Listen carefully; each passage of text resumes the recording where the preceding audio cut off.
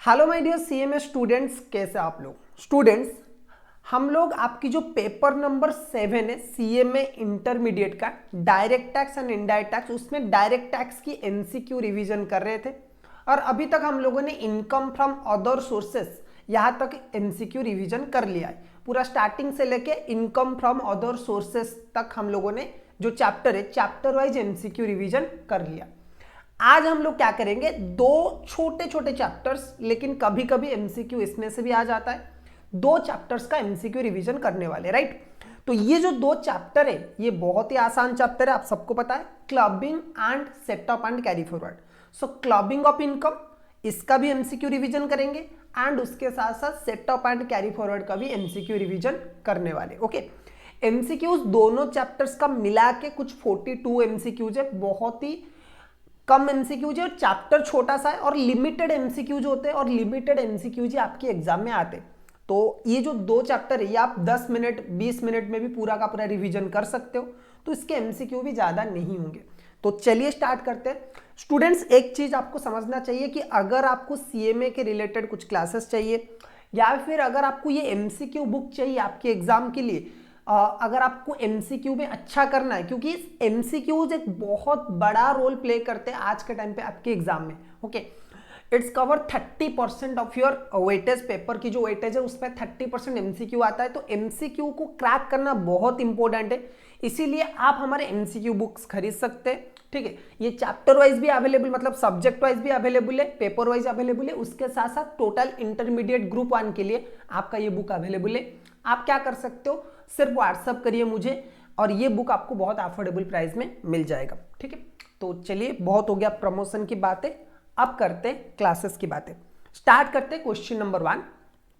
Sir what is question number 1? Question number 1 sir क्या बोल रहा है, clubbing provision are cover under which section of the income tax act. Sir section पूछ रहा है, section हमें याद नहीं रहते सर, क्या करें हम लोग। क्लबिंग प्रोविजन कौन से सेक्शन में आता है सर? इनकम टैक्स एक्ट के कौन से सेक्शंस में क्लबिंग प्रोविजन कवर होता है? तो आप एक रेंज याद रख लीजिए। देखो जैसे आप लोगों को पता होगा सैलरी क्या होता है 15 to 17, हाउस प्रॉपर्टी होता है 22 to 27, पीजीबीपी आपका होता है 28 to 44, कैपिटल गेन आपका होता है 45 to 55, आपका इनकम फ्रॉम अदर सोर्सेज जो होता है वो 56 to 59 होता है। सो क्लबिंग प्रोविजन कहां से एप्लीकेबल होगा? 60 to 65। So option B is the right answer. Clubbing provisions are cover under which section of income tax act? Section 60 to 65। Income transfer without transferring asset is taxable in hands of the tax. अच्छा, अगर आपने income transfer किया, section 60 बोलता है sir, अगर आपने income transfer किया without transferring asset, किसी एसेट से कुछ इनकम आ रहा है उससे आप ट्रांसफर कर रहे हो, ओके, उस इनकम को ट्रांसफर कर रहे हो विदाउट ट्रांसफरिंग एसेट, तो ये किसके हाथ में सर क्लब होगा? ऑब्वियसली सर जो ट्रांसफरर है उसी के हाथ में क्लब होगा। So option A is the right answer. Income of a minor child is generally club in hands of the father, mother, parents whose income is higher और any guardian. तो यहाँ पे सर माइनर चाइल्ड का income किसके हाथ में क्लब होता है? माइनर चाइल्ड का इनकम सर किसके हाथ में क्लब होता है? ऑब्वियसली उसके पेरेंट्स के हाथ में क्लब होगा, आइदर मदर और फादर, जिसका इनकम माइनर चाइल्ड के इनकम को एक्सक्लूड करने के बाद, माइनर चाइल्ड के इनकम को एक्सक्लूड करने के बाद जिसका इनकम हायर है उसी के हाथ में क्लब होगा। Okay, exemption for the clubbing exemption for clubbed minors income is available under dash section। Okay, क्या यहाँ पे भी सेक्शन पूछ रहा है कि भाई माइनर चाइल्ड का जब इनकम अपने पेरेंट्स के हाथ में क्लब होता है ना, माइनर चाइल्ड का इनकम जब अपने पेरेंट्स के हाथ में क्लब होता है तो उस टाइम पे क्या होता है? उस टाइम पे एक एग्जेम्पशन मिलता है, एग्जेम्पशन मिलता है। तो वो एग्जेम्पशन कौन सी सेक्शन के अंडर आपको मिलता है? एग्जेम्पशन कौन सी सेक्शन अंडर मिलता है? सेक्शन 1010D सर ये तो नहीं मिलेगा, ये तो सैलरी में आता है। सेक्शन 1032, सेक्शन 1023C, सेक्शन 1040, तो ये भी आपका सैलरी है, ये भी आपका सैलरी है। तो ये वाला जो सेक्शन है section 1032, this is the right answer. So option B is the right answer, section 10 subsection 32। Maximum exemption for minor child under section 1032 is available dash amount. अच्छा, माइनर चाइल्ड के लिए कितना एग्जेम्पशन सर मिलता है section 1032 में? Option A 1000 rupees, option B 1500, option C 2000 rupees, option D 5000 rupees. So यहाँ पे जो करेक्ट आंसर है वो आप सबको पता है कि हर एक माइनर चाइल्ड के लिए जो मैक्सिमम एग्जेम्पशन मिलता है वो मिलता है 1500 rupees. Income of a physically mentally disable minor child is taxable in hands of dash. अच्छा, अगर कोई minor child physically and mentally दोनों तरीके से डिसेबल है, दोनों वैसे से डिसेबल है, इनकम ऑफ ए फिजिकली और mentally disable minor child is taxable in hands of dash parents, minor child separately assess, guardian, club as per section 54। तो यहाँ पे जो राइट आंसर है वो है ये। देखो, तीन केसेस में माइनर चाइल्ड का इनकम अपने पेरेंट्स के हाथ में क्लब नहीं होगा। तीनों केसेस में माइनर चाइल्ड का इनकम अपने पेरेंट्स के हाथ में क्लब नहीं होगा, उन्हें ही टैक्स देना है। Number one, if income is arise due to manual work, अगर माइनर चाइल्ड कुछ मैनुअल वर्क कर रहा है और उसकी वजह से उसे कुछ इनकम आ रहा है तो वो इनकम उसी को ही टैक्स देना है। Income arising due to special talent और स्किल्स, अगर कोई स्पेशल स्किल्स और टैलेंट है, कोई चेस प्लेयर वगैरह है, वो कोई म्यूजिक वगैरह गा लेता है, कुछ कॉन्सर्ट वगैरह में इनकम करता है, कुछ रियलिटी शो वगैरह में जीता है, तो उस टाइप का इनकम अगर उसने किया है तो वो भी उसी के हाथ में टैक्सेबल होगा। और अगर वो एक फिजिकली और मेंटली डिसेबल पर्सन है, मैं फिजिकली कैपेबल डिसेबल है, तो उस केस में भी क्या होगा, उसका इनकम उसी के हाथ में क्लब होगा। So option B is the right answer. Remuneration received by a spouse from a concern in which assets या substantial interest is clubbed under dash section। यहाँ पे भी सेक्शन पूछा है। देखो, नॉर्मली अगर मैं बात करूँ तो सीएमए में सेक्शंस आपको पूछते नहीं है, इंटरमीडिएट लेवल में बहुत रेयरली, और जो इंपॉर्टेंट सेक्शंस होते हैं ना, बहुत फेमिलियर सेक्शंस होते हैं, वो ही पूछा जाता है। लेकिन यहाँ पे आपको थोड़ा सा याद रख लेना है, सेक्शन यहाँ पे जो राइट आंसर है section 64(1) is the right answer. अब देखो, मुझे भी याद नहीं रहेगा शायद, जब मैं पढ़ा रहा हूँ, मैं बार बार पढ़ा रहा हूँ, इसी वजह से शायद मुझे याद है। लेकिन एक चीज आपको याद रखना है, ऐसे क्वेश्चंस नॉर्मली एग्जाम में नहीं आते। अगर आएगा, अगर आपको याद भी नहीं आ रहा है तो तुक्का मार लेना, क्या प्रॉब्लम है, आपका माइनस मार्किंग तो है नहीं, ठीक है। आपको हमेशा याद रखना है कि सेक्शन 60 से 65 तक क्लॉबिंग का प्रोविजन है, तो जो भी आएगा वो लगा लेना।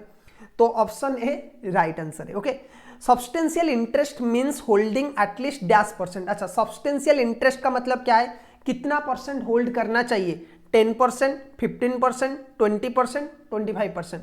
आज सबको पता है कि सब्सटेंशियल इंटरेस्ट का मतलब क्या होता है, 20% जो होता है वो होता है राइट आंसर। अगर किसी भी, जो हमने अभी पढ़ा है ना, remuneration received by the spouse from a concern in which assets या सब्सटेंशियल इंटरेस्ट, तो सब्सटेंशियल इंटरेस्ट का मतलब कितना है, 20%। ओके, चलिए बात करते। Income arising from asset transfer to spouse without adequate consideration is club under dash section. अच्छा, यहाँ पे भी सेक्शन आपको पूछा है कि अगर आपने अपनी स्पाउस को कोई भी एसेट ट्रांसफर किया है विदाउट कंसिडरेशन और for इनएडिक्वेट consideration, without adequate consideration, अगर इनएडिक्वेट कंसिडरेशन में आपने अपने स्पाउस को कुछ एसेट ट्रांसफर किया है। देखो, अगर आपने हाउस प्रॉपर्टी ट्रांसफर किया है तो वो तो आप डीम्ड डोनर बन जाओगे और वो हाउस प्रॉपर्टी के हेड में टैक्सेबल होगा। लेकिन अदर देन हाउस प्रॉपर्टी अगर आपने कोई भी एसेट ट्रांसफर किया है तो उस केस में क्या होगा, वो कौन सी सेक्शन में क्लब होगा, वो आपका क्लब होगा section 64(1)(i)(b). Okay, clubbing applies to transfer of the asset to spouse unless transfer is irrevocable, transfer is with adequate consideration, spouse earns income from the skill, transfer is for household expenses। अच्छा, यहाँ पे क्या है जो right answer होगा, देखो, clubbing applies to transfer of the asset to spouse unless the transfer is for adequate consideration. देखो, अगर ट्रांसफर एडिक्वेट कंसिडरेशन में हुआ है तो आप अपनी बीवी को बेचिए, किसी को भी बेचिए, आप अपने हस्बैंड को बेचिए, कोई फर्क नहीं पड़ता।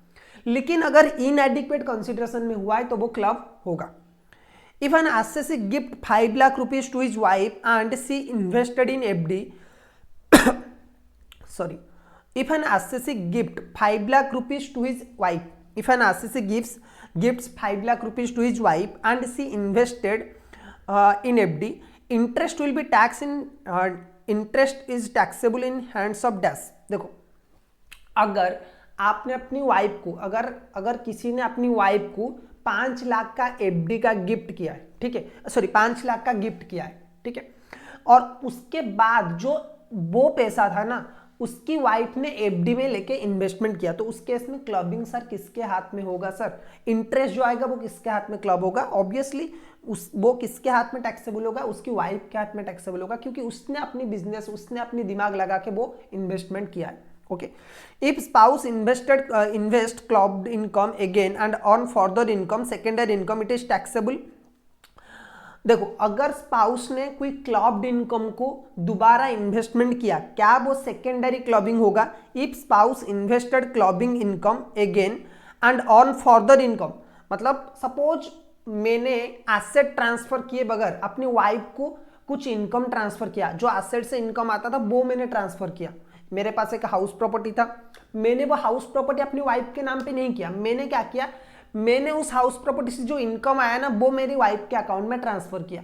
अब पॉइंट ये है कि वो उस इनकम को लेके शेयर मार्केट वगैरह में या फिर एफडी वगैरह में इन्वेस्टमेंट कर रहा है, तो उस केस में क्या वो मेरे हाथ में क्लब होगा? So option A club with the SSC, option B exempted, option C tax in spouse hand, option D clubbed 50%। तो यहाँ पे जो राइट आंसर है वो, अगर ये एक टैक्सेबल इनकम है तो वो टैक्सेबल होगा स्पाउस के हैंड पे। ओके, चलो, income from the asset transfer to daughter in law without adequate consideration is club under dash section. Daughter in law को अगर आपने एसेट ट्रांसफर किया है, अगर आप अपनी बहू के नाम पे एसेट ट्रांसफर कर रहे हो, तो वो कौन सी सेक्शन में क्लब होगा? वो कौन सी सेक्शन में क्लब होगा? तो यहाँ पे आएगा सेक्शन 64I भी। Okay, income transfer to any person for immediate और for benefit of the spouse is taxable in. देखो, अगर आपने किसी को इन हैंड्स ऑफ, देखो क्या है क्वेश्चन नंबर 14, अगर आपने किसी को प्रॉपर्टी ट्रांसफर किया है अपने स्पाउस को या फिर अपने सन के वाइफ के बेनिफिट के लिए, तो वो किसके हाथ में क्लब होगा? रिसिपेंट, एसेसी और जो transferor, spouse, none of the above. तो यहाँ पे जो करेक्ट आंसर है वो है transferor. Okay, income transfer to any person for immediate और for benefit of the spouse, income transfer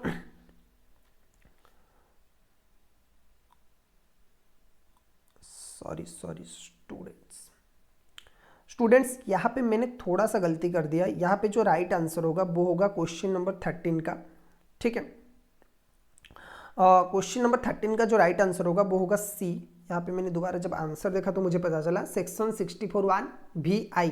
so option A is the right answer. Question number 13 का जो आंसर होगा वो होगा ऑप्शन ए। ठीक है, तो जरा इससे ध्यान रखना, क्योंकि देखो ऑनेस्टली मैं बोलूँ तो सेक्शंस मुझे भी इतने ज़्यादा डिटेल में याद नहीं रहते, क्योंकि हम भी इंसान हैं। ओके, तो बार बार पढ़ना पड़ता है तभी याद रहेगा। और मैंने जैसे बोला कि इस टाइप के क्वेश्चन नॉर्मली एग्जाम में आते नहीं है आपके। ओके, क्वेश्चन नंबर 14 जो है वो सही है, एसएससी जो ट्रांसफर है उसी के हाथ में होगा। Clubbing provisions apply to transferor of income where asset is transfer, only income is transfer, both income और asset are transfer, d none of the above. So यहाँ पे जो राइट आंसर है, clubbing provision apply to transferor of income where only income is transfer. Okay, अगर किसी ने income transfer किया है तो सिर्फ इनकम ट्रांसफर बेसिस पे ही क्लबिंग प्रोविजन एप्लीकेबल होगा। If husband and wife both have professional income from their own skill, clubbing provision applies. Option A always, option B never, option C only if gift is given, only if joint employed. तो यहाँ पे जो right answer होगा वो होगा never. अगर दोनों ही, suppose मैं भी कॉस्ट अकाउंटेंट हूँ, मेरी वाइफ भी कॉस्ट अकाउंटेंट है, दोनों अपनी प्रोफेशनल स्किल्स की वजह से अर्न कर रहे हैं, तो उस केस में क्लबिंग प्रोविजन कभी भी अप्लाई नहीं होगा। चलो, क्वेश्चन नंबर 17 क्या बोल रहा है? Revocable transfer of assets, revocable transfer of asset provision falls under. Revocable transfer कौन सी सेक्शन के अंडर आता है? तो यहाँ पे सेक्शन 61 जो है वो है right answer. Income from the revocable transfer of asset is tax in hands of transferee, transferor, both, non of the above. तो यहाँ पे ऑब्वियसली आपको पता है कि अगर रिवोकेबल ट्रांसफर है तो वो ट्रांसफरर के हाथ में ही टैक्सेबल होगा। Clubbing provision do not apply when asset is transfer for adequate consideration under will और trust in connection with divorce agreement, all of the above. So यहाँ पे जो प्रोविजंस एप्लीकेबल होगा, क्वेश्चन नंबर 9 यहाँ पे होगा all of the above. Okay, clubbing provision sir कब applicable नहीं होगा? एडिक्वेट कंसिडरेशन में अगर प्रॉपर्टी ट्रांसफर हुआ है तो नहीं होगा। अगर विल और इनहेरिटेंस में आपको प्रॉपर्टी मिला है, बाय विल और ट्रस्ट में आपको प्रॉपर्टी मिला है और इनहेरिटेंस में प्रॉपर्टी मिला है तो नहीं होगा। अगर डाइवोर्स हो रहा है हस्बैंड एंड वाइफ के बीच में और प्रॉपर्टी वाइफ को मिल रही है तो उस केस में भी नहीं होगा। एंड इन तीनों सिचुएशंस में क्लॉबिंग प्रोविजन एप्लीकेबल नहीं होगा। So right answer is all of the above. Question number 20 क्या बोल रहा है, when minors income is clubbed the parent can claim rebate under section 87A, exemption under section 1032, deduction under section 80C only, deduction under section 80D only. So अगर minor child का income club होता है तो parents क्या कर सकते हैं, parents उसका बेनिफिट ले सकते हैं, उसका एग्जेम्पशन ले सकते हैं under section 1032, under section 1032। Mr. X minor daughter earn 50,000 from his special talent. This income will be taxable with income of the Mr. X. B. The income of the Mrs. X. Option C. Mr. X or Mrs. X whose income is higher. It is not clubbed. तो यहाँ पे right answer क्या होगा, not clubbed. Okay, so mister अगर minor child है special talent की, मैंने बोला था आपको तीन चीजों में माइनर चाइल्ड का इनकम क्लब नहीं होगा। Number 1 due to manual work, अगर मैनुअल वर्क उसने कुछ किया है, फिजिकल लेबर किया है और उसके बाद पैसा इनकम कर रहा है। दूसरा ड्यू टू स्पेशल स्किल्स और टैलेंट, वो उस वजह से नहीं होगा। और तीसरा जो है वो है फिजिकल डिजेबिलिटी, फिजिकल डिजेबिलिटी की वजह से भी नहीं होगा। Okay, so it will not club in anyone's hand. Okay, question number 22 क्या बोल रहा है, income arising to a minor marriage daughter shall be assessed in hands of minor marriage daughter clubbed with the income of the parent whose total income is higher exempted from the tax clubbed with the income of her spouse. So यहाँ पे अगर कोई minor daughter है और उसका marriage हो चुका है तो उसका इनकम सर किसके हैंड में क्लब होगा, तो वो होगा उसके पेरेंट्स के हाथ में। इवन इफ उसका मैरिज हो चुका है लेकिन फिर भी वो जो इनकम है वो उसके पेरेंट्स के हाथ में क्लब होगा। Okay, so option B is the right answer. Okay, so total 22 questions थे क्लॉबिंग प्रोविजन का। ओके, इसमें सेक्शंस कुछ सेक्शंस थे स्टूडेंट्स, तो आपको वो ध्यान रखना है कि सेक्शंस कौन कौन से इंपॉर्टेंट है। एक दो बार अगर सेक्शंस का आप रीड करोगे तो आपको आंसर मिल जाएगा। ठीक है, चलो अब हम लोग बात करेंगे सेटअप का। ओके, सो सेटअप एक छोटा सा चैप्टर है। सेटअप में भी अगेन एक दो ही क्वेश्चन है जो बार बार रिपीट होते रहते हैं, तो ये क्वेश्चन अगर 20 क्वेश्चन आप कर लोगे तो आपका सारा का सारा प्रोविजन क्लियर हो जाएगा। Number 1, setup and carry forward of losses are cover under which section. Section sir setup कौन से सेक्शन में एप्लीकेबल होता है, ऑब्वियसली सेक्शन सेटअप का जो सेक्शन है वो सेक्शन 70 से लेकर सेक्शन 80 तक चलता है। ओके, सेटअप का जो प्रोविजन है वो सेक्शन 70 से लेकर वो सेक्शन 80 तक चलता है। Okay, so section 70 to section 80 setup का प्रोविजन एप्लीकेबल होता है। Intra head setup of the losses is allowed under which section. Intra head losses sir कौन से सेक्शन में आता है, इंट्राहेड लॉसेस सर कौन सी सेक्शन में आता है, तो यहाँ पे राइट आंसर है सेक्शन 70। सेक्शन 70 के अंडर आपका आता है इंट्राहेड एडजस्टमेंट, यानी कि उसी हेड के अंडर आप सेटअप कर सकते हो। सपोज हाउस प्रॉपर्टी का इनकम है, आपका दूसरा हाउस प्रॉपर्टी का लॉस, एक हाउस प्रॉपर्टी से आपको इनकम हुआ है, दूसरे हाउस प्रॉपर्टी से आपको इनकम लॉस हुआ है, दोनों हाउस प्रॉपर्टी के लॉस एंड प्रॉफिट को आप आपस में सेटअप कर सकते हो। एक बिजनेस में आपका लॉस हुआ है, उस बिजनेस का लॉस आप दूसरे बिजनेस के प्रॉफिट के साथ सेटअप कर सकते हो। ठीक है, उसे बोला जाता है intra head adjustment. With in the head different source of income को अगर आप एडजस्ट करते हो तो वो हो जाएगा intra head adjustment.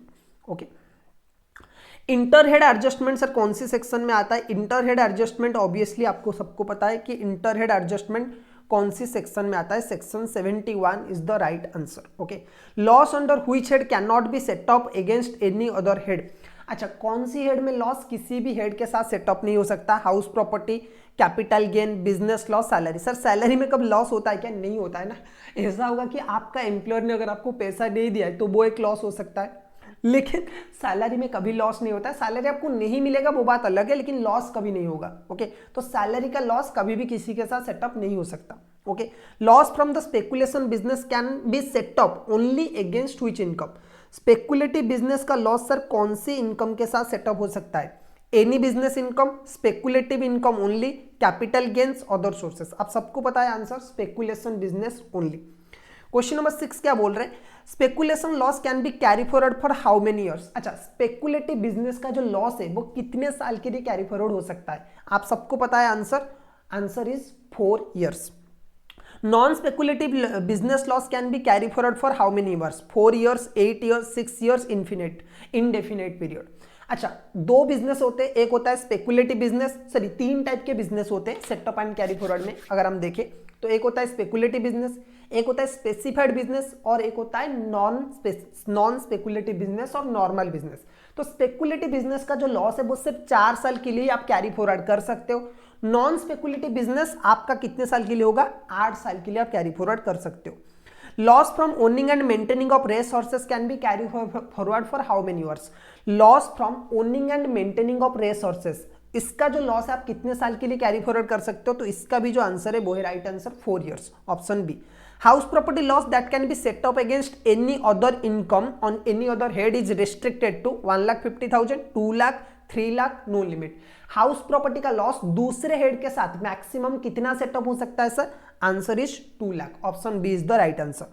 Question number 10 क्या बोल रहा है, on absorb depreciation can be carry forward for how many years. देखो सेटअप एंड कैरी फॉरवर्ड में दो ही लॉसेस है जो कि इनडेफिनेट पीरियड तक कैरी फॉरवर्ड हो सकते हैं। One is your on absorb depreciation, second is your speculative business loss. ये दोनों इन्फिनाइट पीरियड के लिए कैरी फॉरवर्ड हो सकते हैं। तो ऑन अब्जॉर्ब डेप्रिसिएशन कितने साल के लिए सर कैरी फॉरवर्ड हो सकता है, इनडेफिनेट पीरियड के लिए कैरी फॉरवर्ड हो सकता है। On absorb depreciation is govern by dash section. अच्छा, ऑन अब्जॉर्ब डेप्रिसिएशन कौन सी सेक्शन में आता है, यहाँ पे 70 to 80 सेक्शन में कोई नहीं आता है, सेक्शन 32 सब सेक्शन 2 में आता है। Okay, which loss can be carry forward even if the return is file late. अच्छा, इनमें से कौन सा लॉस आप कैरी फॉरवर्ड कर सकते हो इवन इफ रिटर्न फाइलिंग नहीं हुआ है या फिर डिले हुआ है। Business loss, speculative business loss, house property loss, on absorb depreciation. तो जो राइट आंसर होगा वो होगा हाउस प्रॉपर्टी का लॉस। हाउस प्रॉपर्टी का लॉस एक ऐसा लॉस है जिससे आप विदाउट रिटर्न फाइलिंग भी क्या कर सकते हो, कैरी फॉरवर्ड कर सकते हो। ठीक है, चलो क्वेश्चन नंबर 13 क्या बोल रहा है, return must be file on और before the due date to carry forward which losses, business loss, capital loss, speculative loss, all of the above. Answer is all of the above. सिर्फ house property के loss को side कर लीजिए, सिर्फ house property के loss को side कर लीजिए, बाकी जितने भी लॉसेस है you have to file return of income if you want to carry forward them. अगर आपको कैरी फॉरवर्ड वो लॉसेस करना है सब्सिक्वेंट ईयर में तो आपको रिटर्न फाइलिंग ड्यू डेट से पहले पहले कर लेना है। नॉर्मल रिटर्न फाइल करना है, बिलेटेड रिटर्न वगैरह अगर करोगे तो वो आप फाइल मतलब उसका लॉस आप कैरी फॉरवर्ड नहीं कर सकते।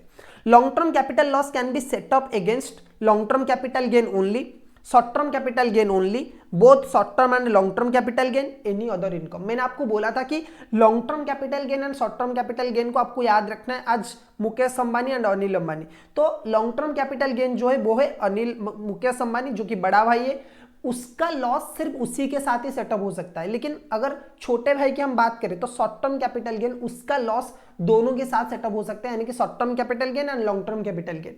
सो यहाँ पे जो करेक्ट आंसर होगा ऑप्शन नंबर 14 का, सॉरी क्वेश्चन नंबर 14 का होगा long term capital gain only. So long term capital gain का loss long term capital gain के साथ ही सेटअप हो सकता है। शॉर्ट टर्म कैपिटल गेन का loss short term capital loss किसके साथ सेटअप हो सकता है, अभी अभी हम लोगों ने डिस्कस किया, both long term as well as short term capital gain के साथ सेटअप हो सकता है। कैपिटल लॉस शॉर्ट टर्म और long term can be carry forward for how many years. Capital gain का जो लॉस है, सॉरी कैपिटल लॉस जो है चाहे वो शॉर्ट टर्म हो चाहे वो लॉन्ग टर्म हो, वो कितने साल के लिए कैरी फॉरवर्ड हो सकता है, option is 4 year, 6 year, 8 year, 10 year. So यहाँ पे जो करेक्ट आंसर होगा वो होगा 8 year. Loss from the speculation business, section 35 AD वाला जो बिजनेस होता है उसका लॉस कितने साल के लिए कैरी फॉरवर्ड कर सकते हो sir, for 8 years, indefinitely, only for the 10 years, not allowed. So यहाँ पे आप सबको आंसर पता है, इनडेफिनाइट पीरियड के लिए आप कैरी फॉरवर्ड कर सकते हो। क्वेश्चन नंबर 18 क्या बोल रहा है, loss from the activity of owning and maintaining of race horses can be set up against any income, race horse income only, capital gain income, salary income. So यहाँ पे जो राइट आंसर है वो है हॉर्स रेस इनकम, मतलब owning loss from the activity of owning and maintaining of race horses can only be set up with similar income, यानी कि profit from the owning and maintaining of race horses. If return of income is not filed in time, which loss cannot be carried forward? House property loss, unabsorbed depreciation, capital loss, unabsorbed business expenditure. So यहाँ पे जो answer होगा वो होगा capital loss. Okay अगर return filing time पे नहीं हुआ है तो आप क्या नहीं कर सकते, ऑन अब्जॉर्ब कैपिटल लॉस, जो कि लॉन्ग टर्म कैपिटल लॉस हो गया या फिर शॉर्ट टर्म कैपिटल लॉस हुआ, इन दोनों को कैरी फॉरवर्ड नहीं कर सकते। On absorb depreciation is set up after business loss, before business loss, only against business income, only profit exceeds 1 crore, only profit exceeds 1 lakh rupees. So यहाँ पे जो राइट आंसर होगा बिफोर बिजनेस लॉस, आपको on absorb depreciation adjust करना है। आपको आपका business का जो इनकम आ रहा है उससे लॉस माइनस करने से पहले, बिजनेस का लॉस माइनस करने से पहले आपको ऑन अब्जॉर्ब डिप्रिसिएशन एडजस्ट करना है, ठीक है। सो स्टूडेंट्स ये थे कुछ questions setup and carry forward के। इसमें ज़्यादा कुछ लॉजिक्स नहीं है, सिंपल छोटे छोटे चीज़ें। चैप्टर्स को अगर आप एक बार रिवाइज करोगे ये पूरा का पूरा एमसीक्यू आप आराम से कर सकते हो। एग्जाम में सिमिलर टाइप का एमसीक्यू आएगा, जैसे हमने अभी अभी डिस्कस किया है कि कौन सा लॉस कितने साल के लिए कैरी फॉरवर्ड हो सकता है। This is the most common question आज इन एग्जाम। और यहाँ पे वो माइनर वाला जो क्वेश्चन है क्लॉबिंग में, माइनर से ज़्यादा क्वेश्चन आपका एमसीक्यू आता है, तो कुछ कॉन्सेप्ट्स को आपको बहुत अच्छे से ध्यान रखना है। ओके सो आज के क्लास में बस इतना ही। Hopefully you like the video. If you like the video please hit the like option, like button. अगर आपने चैनल को सब्सक्राइब नहीं किया तो वो भी कर लीजिए, क्योंकि सीए में एंड सीए के बच्चों के लिए बहुत कुछ इस चैनल पे होने वाला है, ठीक है। फिर मिलते हैं और एक चैप्टर के रिवीजन के साथ, तब तक के लिए कीप लर्निंग।